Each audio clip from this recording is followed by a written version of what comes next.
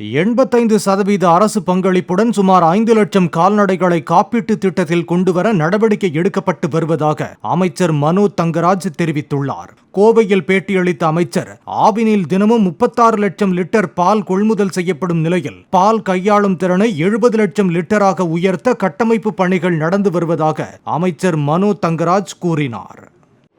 ஒரு மாடு எவ்வளவு பால் தருகிறது என்றால் இன்னைக்கு நமக்கு சராசரி பார்த்தீங்கன்னா 5 to 6 லிட்டர். இது மேலை நாடுகளில் 32 லிட்டர் வரை இருக்குது.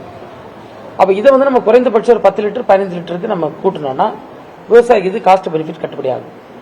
இதுக்கு அந்த பிரீடு நல்ல பிரீடா நம்ம பியூரிஃபை பண்ணி எடுக்கணும்.